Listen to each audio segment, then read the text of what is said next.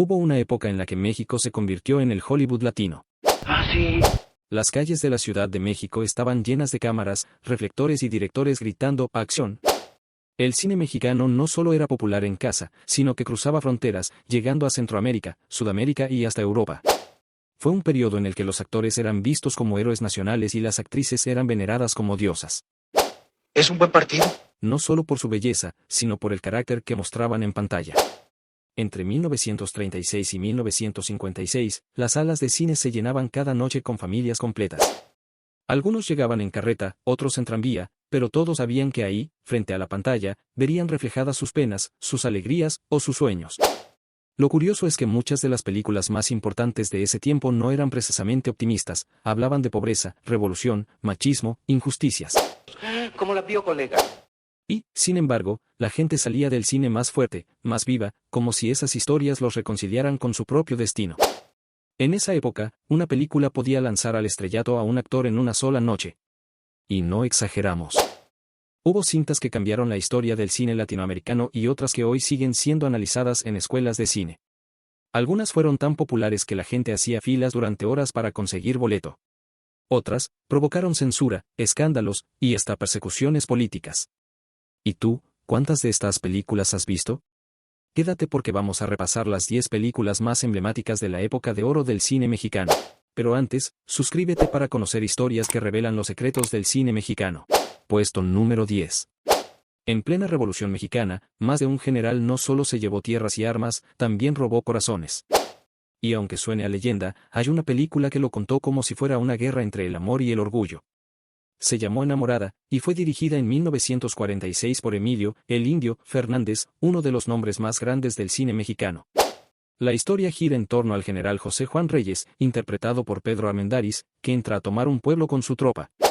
Su misión es política, pero su destino cambia al conocer a Beatriz Peñafiel, la hija más altanera del cacique del lugar. María Félix, la mujer que no aceptaba flores, a menos que llevaran pólvora.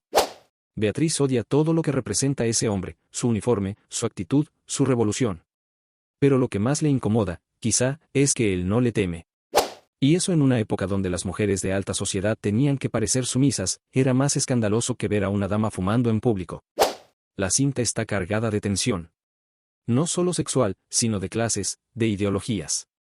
La cámara de Gabriel Figueroa captura cada sombra y cada gesto con una elegancia que muy pocas películas del mundo tenían en esos años. Y ese detalle es clave, Enamorada no es solo una historia de amor. Es el reflejo de un país que se debatía entre lo viejo y lo nuevo. Entre la obediencia y la rebeldía.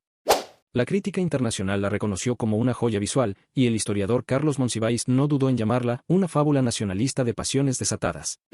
Ahora dime, ¿era amor lo que unía a estos personajes o puro deseo de conquista? Dale like al video si tú también crees que a veces el amor empieza con una guerra. Puesto número 9. En muchos pueblos de México, la figura de la abuela era más temida que la del propio padre. Era la que mandaba, la que juzgaba, la que imponía el respeto con solo una mirada. Y eso, en Los Tres García, no es una metáfora, es el corazón de la historia. Pedro Infante, Abel Salazar y Víctor Manuel Mendoza interpretan a tres primos con el mismo apellido, el mismo orgullo y la misma mala costumbre de meterse en líos. Los Tres García no solo son familia, son gallos de pelea en cada escena. En el amor, en el honor, y en el rancho. En la película Los Tres García, la tensión no solo viene del típico triángulo amoroso con la bella Marga López. Viene de la abuela, interpretada por Sara García, que no es una dulce viejita, sino la voz de la moral, del pasado, de la patria. Y nadie, ni Pedro Infante con todo su carisma, se atreve a llevarle la contraria. Lo curioso es que este tipo de abuelas autoritarias no eran un invento del cine. En los años 40 y 50, muchas familias mexicanas giraban alrededor de mujeres mayores que imponían sus reglas. Y no importaba si eran de campo o ciudad, la palabra de la abuela era ley. Los Tres García se convirtió en un éxito por eso. Porque retrataba un México que se conocía muy bien, uno donde la masculinidad se medía en serenatas, celos y pleitos, pero que al final se arrodillaba ante la abuela con un «sí, señora».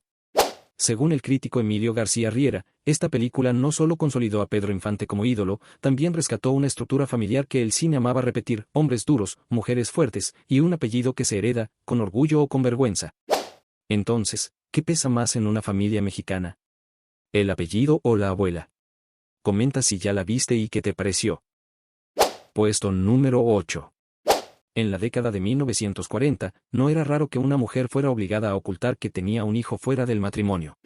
¿Lo oye usted? En algunos sectores, incluso entre artistas, ser madre soltera significaba el fin de una carrera o una condena social de por vida. Pero había quienes se atrevían a desafiar el escándalo, incluso desde el escenario. En La niña de mis ojos, la tonadillera española interpretada por Sofía Álvarez desembarca en México no solo para cantar, sino para reencontrarse con el padre de su hijo. Un hombre que, aunque alguna vez la amó, ahora vive como si ella nunca hubiera existido. La cámara nos muestra a una mujer decidida, firme, que no suplica, pero tampoco olvida. Esa tensión entre lo que se espera de una mujer y lo que una mujer desea de verdad, es lo que sostiene toda la historia. La película La niña de mis ojos no fue la única en usar el melodrama para hablar de madres invisibles o amores rotos por la moral. En ese México de doble discurso, las pantallas estaban llenas de vírgenes sufridas, esposas perfectas, pero también de mujeres valientes que no encajaban en el molde. La protagonista de La niña de mis ojos pertenece a ese segundo grupo. Por eso resuena. Por eso incomoda. Dirigida por Rafael J. Sevilla y con Joaquín Pardavé en un papel secundario pero poderoso, La niña de mis ojos es una de esas joyas olvidadas que retratan las hipocresías de su tiempo. Según la investigadora académica Julia Tuñón, el cine de esa época sirvió para construir una identidad femenina deseada, pero también una profundamente temida.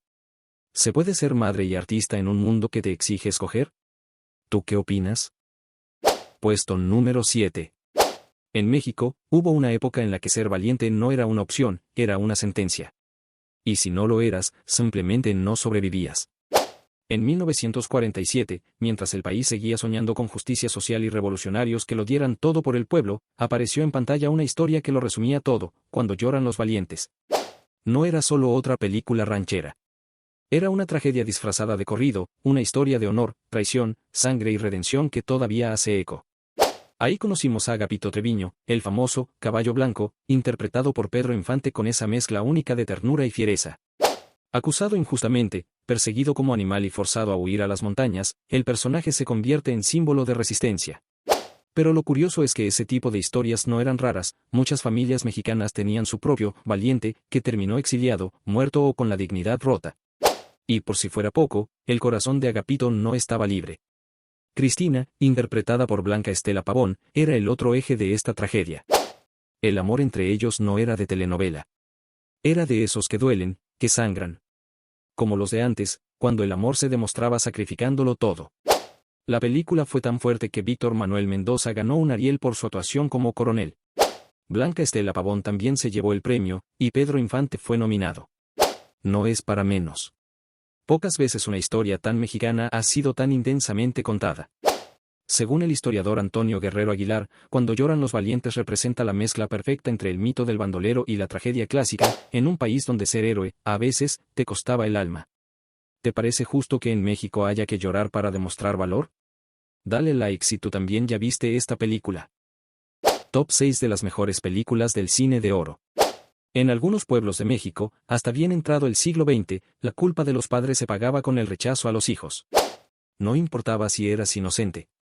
Si tu madre había sido señalada por indecente, entonces tú no eras digno de ser amado. Ese es el infierno en el que vive María Candelaria, la protagonista de una de las películas más desgarradoras de la época de oro. En María Candelaria, Dolores del Río interpreta a una joven indígena marginada por su comunidad. ¿Su pecado? Ser hija de una prostituta. Desde las primeras escenas, el aire denso de los canales de Xochimilco no solo huele a flores, también a juicio, prejuicio y castigo. La cámara de Gabriel Figueroa nos muestra un paraíso natural que contrasta con la violencia simbólica del pueblo, esa que no deja cicatrices visibles, pero marca para siempre. María Candelaria es también la historia de un amor que no pide permiso. Lorenzo Rafael, interpretado por Pedro Armendáriz, la ama con una ternura feroz. Pero la felicidad de los marginados es un lujo que las comunidades hipócritas no perdonan. Un malentendido, una pintura, un rumor, y todo se desmorona como una trajinera sin remo en medio del canal. No era raro que en los años 40 se practicara esta especie de justicia social basada en la honra. El «¿qué dirán?» podía más que cualquier acto de compasión. Y aunque parezca exagerado, la historia de María Candelaria no es una ficción absurda. El historiador Aurelio de los Reyes ha señalado que esta película retrata con fidelidad las tensiones entre tradición, género y moral en el México rural postrevolucionario. Entonces, ¿la belleza indígena siempre fue vista con desprecio cuando osaba soñar con el amor? ¿Qué opinas? Puesto número 5.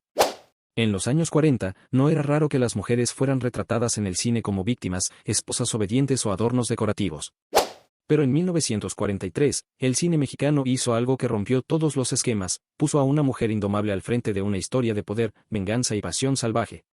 La película Doña Bárbara no solo fue un éxito, fue una declaración de guerra contra el molde femenino tradicional. Doña Bárbara nos lleva a los llanos, ese territorio vasto, caluroso y sin reglas, donde la ley era el machete y el que gritaba más fuerte. Ahí vive Doña Bárbara, interpretada por María Félix, una mujer que no solo es temida, también es deseada, y sobre todo, incomprendida. Ella manda, seduce, manipula y cobra venganza por cada herida del pasado. No pide permiso. No baja la cabeza. Y eso, en un mundo de hombres, era más peligroso que una pistola cargada. El impacto de Doña Bárbara fue tal, que María Félix se ganó para siempre el apodo de La Doña. Porque después de esta película, nadie más pudo representar la fuerza, el orgullo y la belleza feroz como ella. Y aunque algunos criticaban su carácter, otros veían en ella una figura de justicia primitiva que imponía orden a su manera. La película Doña Bárbara es mencionada por el crítico Emilio García Riera como uno de los grandes momentos donde el cine mexicano dejó de copiar fórmulas extranjeras y comenzó a construir su propia voz, cargada de identidad, tierra y conflicto moral. ¿Puede una mujer como Doña Bárbara ser vista como heroína, o solo como amenaza? Cuéntame qué opinas en los comentarios y no olvides darle like al video si te gustan estas joyas del cine mexicano. Puesto número 4. En los años 40, no era raro que en una casa de clase alta, el mayordomo, la cocinera y hasta el perro tuvieran más autoridad que algún miembro de la familia política.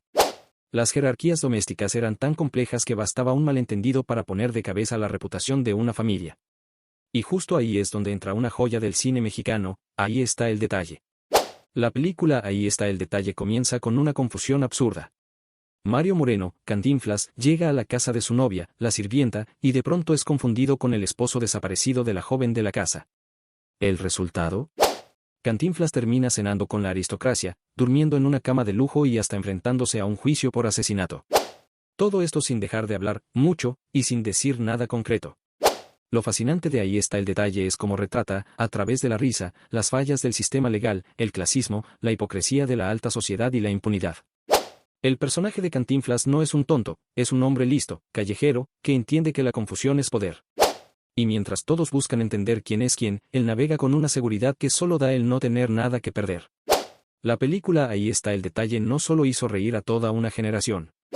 También puso en el mapa a Mario Moreno, Cantinflas, que a partir de ahí sería conocido como el comediante más importante de América Latina. El historiador Emilio García Riera señaló que esta película marcó el nacimiento del héroe popular más carismático del cine mexicano. ¿Fue Ahí está el detalle una simple comedia o una sátira disfrazada de carcajada? Dale like al video y cuéntanos tú qué crees. Hoy vamos a cerrar esta lista con las 3 películas que, por su impacto, por su historia y por cómo retrataron al mexicano de a pie, se han ganado su lugar en la cima. ¿Estás de acuerdo con nuestra selección? Dale like a este video y quédate con nosotros, porque lo que viene es oro puro del cine mexicano.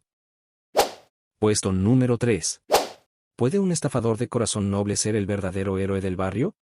En una época donde la pobreza obligaba a muchos a vivir entre la honestidad y la trampa, apareció un personaje que no era ni completamente bueno, ni completamente malo.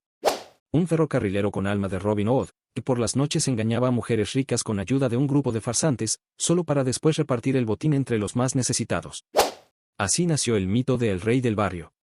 Germán Valdés, Tintán, protagoniza El Rey del Barrio con una mezcla perfecta entre cinismo y ternura. Su personaje tiene estilo, carisma y un código moral propio, nunca robar por ambición, siempre por justicia. En sus andanzas, lo acompañan figuras como Silvia Pinal y Fanny Kaufman, Vitola, quienes aportan dinamismo y picardía a esta comedia que mezcla el engaño con la esperanza. El Rey del Barrio no es solo una película, es una postal de una ciudad de México que vivía entre lo precario y lo festivo. En los años 50, no era raro que los barrios populares estuvieran llenos de personajes que sobrevivían con lo que había, que bailaban en las calles, que sabían reírse de la desgracia. La cinta refleja eso, sin adornos, pero con ritmo. Según la Cineteca Nacional, El Rey del Barrio es una de las comedias más representativas del cine mexicano, tanto por su guión como por la figura cultural que consolidó, la del pachuco mexicano. En 2019 fue restaurada como una joya imprescindible de nuestro patrimonio cinematográfico. ¿Puede un pícaro con sombrero y tacuche representar mejor al pueblo que un charro de caballo blanco?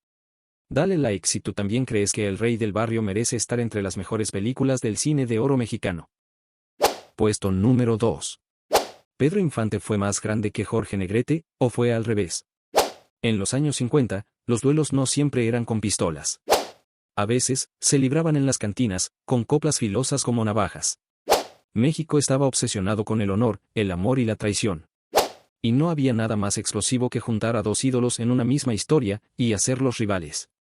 La película Dos tipos de cuidado no fue cualquier comedia ranchera. Fue un experimento casi peligroso, poner frente a Pedro Infante y Jorge Negrete, las dos figuras más populares de su tiempo. Y no en cualquier papel. Uno sería Jorge bueno, recto y orgulloso. El otro, Pedro malo, pícaro y seductor.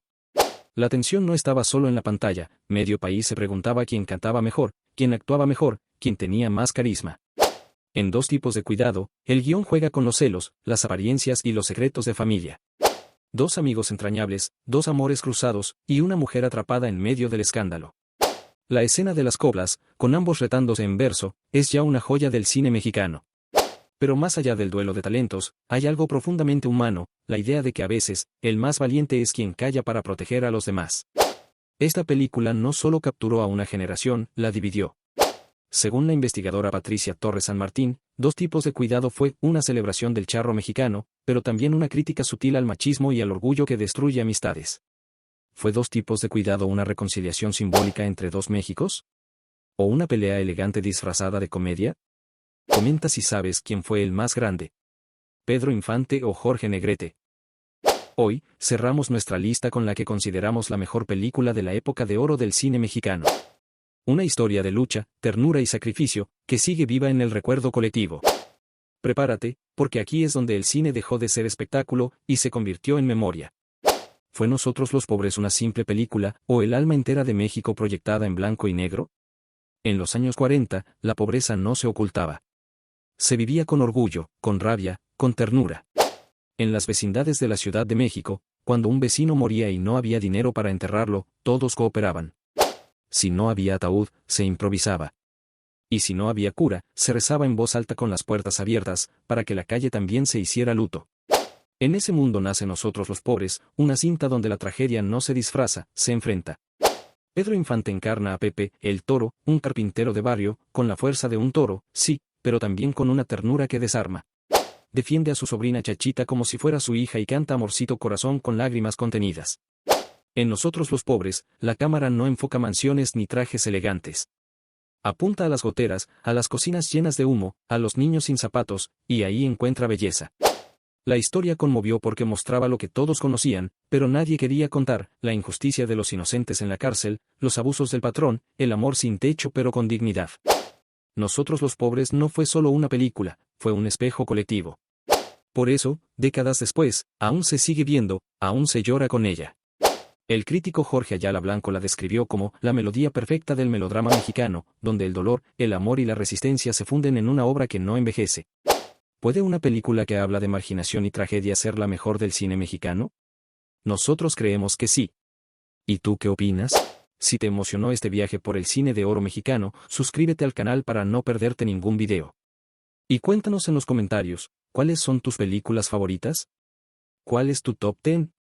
Queremos leerte.